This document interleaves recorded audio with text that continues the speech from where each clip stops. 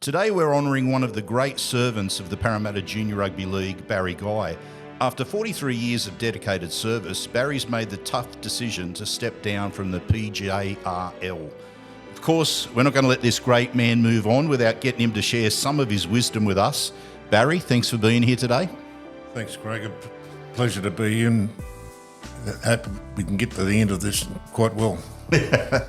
Barry, you're standing down after more than 4 decades of involvement with the Parramatta Junior Rugby League, but I'd like to go back a little bit before that time. When did your love of rugby league begin? I suppose go back my playing days, way back.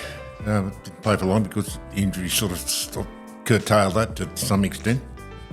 Then when the son started playing, it sort of resurrected that desire, I suppose, if anything, to want to be involved one way. So we ended up coaching him and went right through till he was almost 15. Well, he started with the Junior League around about 1980, 81. That became my involvement from there on. And of course, that involvement picked up. In 1981, you became secretary of the Granville Patrician Brothers Rugby League Club. Now, right now in 2023, there's something like 27 such people in the Parramatta Junior Rugby League. For those unfamiliar with such a role, can you describe the joy of juggling the challenges that come with being a club secretary? Well, things back then, they have changed to some extent. There's been some changes in administration, modification to the game, one thing and another. But I think basically you need to have someone in that role that's foremost. He needs to be, or she, should I say, be wanting desire to further the game on behalf of the club, the players and the people, parents and that are part of it as well. Yeah, it's really such a giving role, isn't it? You know, to take on something like that. It is. I suppose I've come across some people over the years that what were they doing in that role because they're there for didn't look like the right reasons, it would seem. But all in all, I think those people that even now, the people that we've got in the roles of the various clubs, I think they're there for the right reasons, and we can only look at the results of the clubs and the performances over the years. Absolutely, absolutely. It goes without saying that 43 years of service at the district level would have meant serving on many committees. What does that list look like for you? There's been probably many and varied. I suppose when I look back on it over that period of time, but I started out basically when I was appointed to the advisory or vice president back in 1986. And then through it, in 1990 became full-time secretary of the Parramatta Junior Rugby League for 2 to 3 years, and from there on involved with the incorporation of the district to an incorporated body at that time, and then became assistant secretary after being part of the board of management at that when they created at that stage. I served assistant secretary probably for about 4 to 5 years, and then various committees from there on. So judiciary, code of conduct, both media and modern, international league as we know it, and then grading and regrading the committees. Most of the other things, there was quite a few things involved with that. Probably most people wouldn't be aware of just how many committees there would be in a district organisation like that, because there's so many things that you have to administer, isn't there? There is quite many things, and people say, well, take judiciary for example, when they get to that, so what's going to happen with these? You judge the case on its merit. No 2 cases are the same, regardless of what people say, whether it's a player, an official, or even a spectator for that matter. It's become involved over recent times. But the action that's been taken against those particular people is the circumstance to demand action on that particular incident, not to say that because an under 15 player, for example, might get sent off and considered in front of the judiciary 1 week and then 3 weeks later another player. But it could be entirely different. Yeah. You've just got to, and this is what seems to be over the years, you hear comments from some people to say that, well, he got off lightly, or why didn't he get a longer period of game, whatever. And we've even seen some people that have been banned for life over the period of time. I'm curious about this.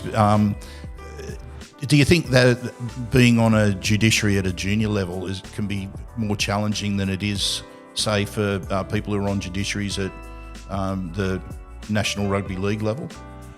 I think so. I don't think either of those particular bodies, don't think any less of them, but nothing's less important than what the other is. They've all got a role to play. And if you haven't got that activity in the people serving in those committees, you don't have a game that prosper as it has done for many a year. And I think that's what you've got to look at realistically, to say that, well, you've got a role to play. You don't compare one to the other. They're on the same playing field, as it were. And each has got their own desire and aims, what they're there to do. And I feel that's what you've got to concentrate on. It's not what the NRL would do or what the Junior League would do from the NRL point of view. It's what the aims and desires and regulations that have been put in place to deal with situations like that.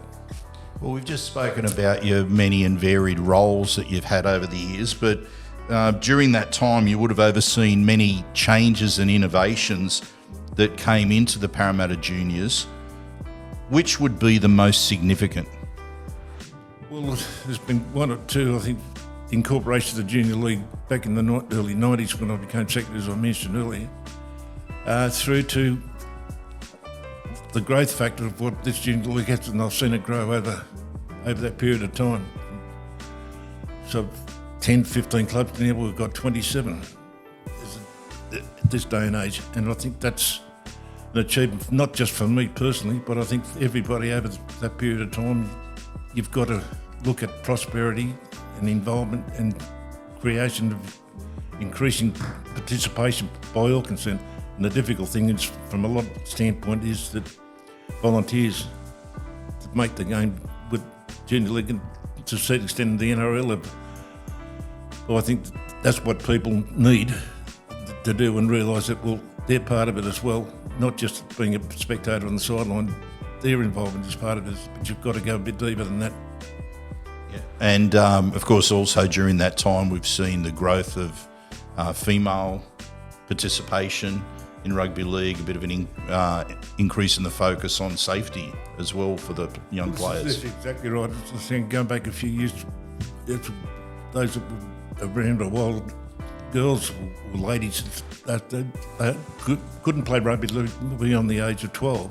But now, since that time, it's slowly grown, and I've seen it grow quite successfully. I've lent some districts other better than us, what we do in Parramatta, but I think the involvement of the girls and the women in rugby league is here for now and forever. Or shouldn't say forever, but for a long time to come. And I think that's one of the big steps that's happened. It doesn't take any away from the involvement of the male players, etc. It's just another enlargement of what rugby league's all about. Now, you've served as a selector as well for the Eels, Harold Matts and SG Ball sides between 1986 and 1990. It was a successful period. There were 2 SG Ball titles and 3 Harold Matts championships. Happy memories there? Very happy memories. I still think of them. There's players that I've come across since then. Afterwards, Joey Grinder, that was here at Parramatta for quite a period of time. Paul Kanakis, the Hills District, Neil Rouse Hill, other players like that. That's what they do. You shoot like you grow with them. Yeah. But there's friendships that are laid through those players going back that time. I still cherish them even today. I mightn't see many of them, and the association mightn't be there, but those sort of memories stay with you, in my belief, anyway. I guess the titles then are really the icing on the cake when you're talking about the memories of friendships. Well, this is right. I mean, that's one aspect of looking at it, but I don't sort of take any glamour out of that. It's not what I was here for, or not what I've done over that period of time. I think it's there for one reason, that's for the betterment of rugby league within this district, whatever. Now, Barry, a person doesn't spend 43 years of their life volunteering their time to an organisation without having a deep affection for it. So what did it mean to you to receive life membership to both the Parramatta National Rugby League and also the Parramatta Junior Rugby League? That meant a lot to me, as I think, as I've been indicated earlier, that the life membership meant a lot, and that's been recognised every 10 years up until recently, until 2016. And when the life membership of the NRP and NRL, I should say, that was something I really cherish, and still today. It's something that I'll always remember and appreciate the fact that what I considered nothing special for my part, but obviously it was being recognised for what contribution I've made through the rugby league industry over the period of time. So how bright is the future for the Parramatta Junior Rugby League? I think it's in the right place at the moment. The growth fact that you always want to see it grow, and I think it has grown steadily over recent years. I think over the last 2 to 3 years, the numbers, both male and female, have gone to the favourable level. They've been increasing. And the prospects of the future, I think, are there to continue to grow. Finally, Barry, we were having a bit of a chat before we recorded this interview. We talked about the bit of a break that your car's going to get through not having to travel down from Swansea anymore. But on behalf of the Parramatta Junior Rugby League, I'd really like to thank you for all of your years of service and to wish you well for the future.